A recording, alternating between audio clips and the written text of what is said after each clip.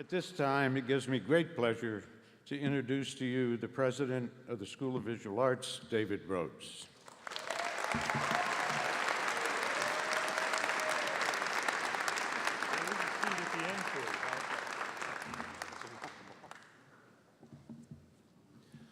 Good morning.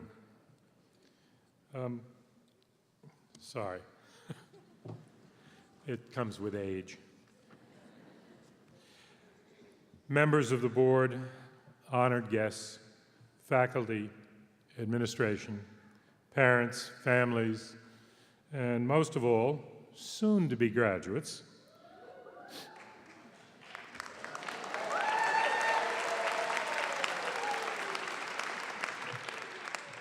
I'd like to welcome you to SVA's 36th formal commencement exercises held in honor of the class of 2011. I think it would be best to begin by thanking a few of the people who've made today's event possible. First, I would like to thank the Commencement Committee, Milton Glazer, Kevin O'Callahan, and Anthony Rhodes, who are chiefly responsible for the design of today's ceremony. I would also like to thank Lucky Checkley, Coordinator of Academic Advisement, and the academic advisors, who are chiefly responsible for its size. Finally, echoing the words of the previous speakers, I think we should all thank those parents, grandparents, friends, significant others, and in some cases children, whose emotional and financial support have enabled you all to reach this point. Thank you all.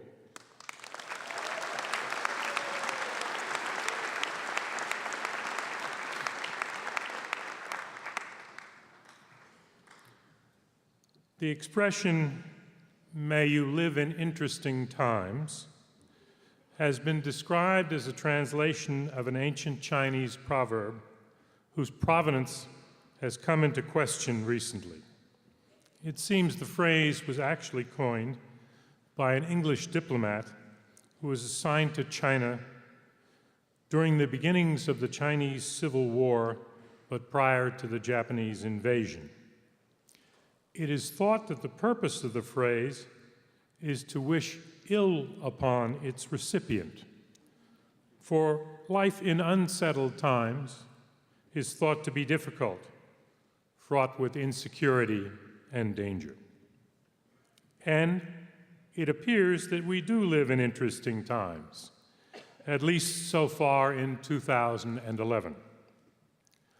Along the 30th parallel, from Morocco through Algeria, Tunisia, Libya, Egypt, Saudi Arabia, and Bahrain, with excursions north into Syria and south into Yemen, the beginning of this year has seen a series of unprecedented, nonviolent mass protests, unlike anything we have seen since the Velvet Revolutions of 1989, when many of you were not yet born, and 1990, which brought new governments to Czechoslovakia, Poland, Hungary, Bulgaria, Romania, independence for Lithuania, Latvia, and Estonia, and the fall of the Berlin Wall.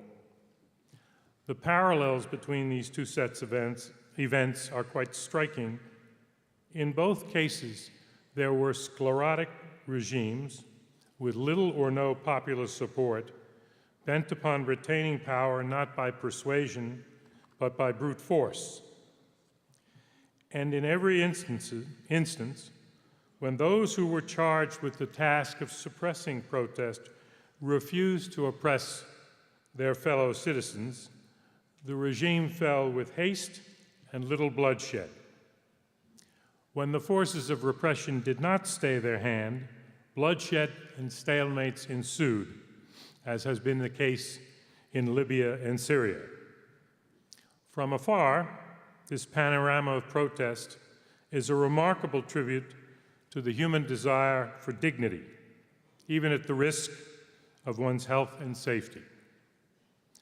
The two most successful recent uprisings in Tunisia and Egypt also share another characteristic with the prior Velvet Revolutions. The governing elites were not only morally bankrupt, they were quite literally bankrupt, and unable to subvert the aims of the protests by purchasing the loyalty of their subjects or by suborning their collaboration by showering them with unearned privileges for themselves and or their families. Unfortunately, such is not the case as you move eastward along the 30th parallel.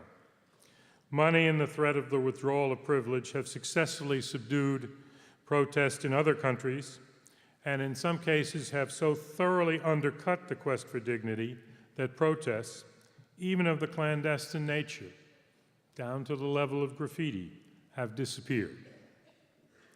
Some regimes will survive, and in fact may even thrive, because many would prefer to live in uninteresting times. But this is, it seems to me, a fact about most of us. Compromise is generally preferable to confrontation, as confrontation is not the first resort, but rather the last. So how do you fit into this world? I've spent much time the last month looking at your work, and I must say you've done yourselves proud. The work is lively, engaging, provocative, often deeply thoughtful, and invariably a delight to look at. As you will soon see, during the last decade, SVA has welcomed an increasingly diverse, international, and as today's two ceremonies demonstrate, ever larger student body into its programs. With increasing size and scope come increased responsibilities. Although we all have immediate duties to family and friends, to the cities and states and countries of which we are citizens, we all have larger duties to support, by both word and deed, those who have chosen the same path that we have, but who by circumstances of place of birth or citizenship do not have the opportunity as you do to express themselves without fear of imminent retribution. I should not tell you how to go about fulfilling this responsibility of solidarity, nor to whom you should lend your support, but I can tell you that these gestures of support are part of what it means to be an artist in the 21st century. And doing these deeds for others will make it less likely that others will be required to do these deeds for you. Congratulations. Thank you.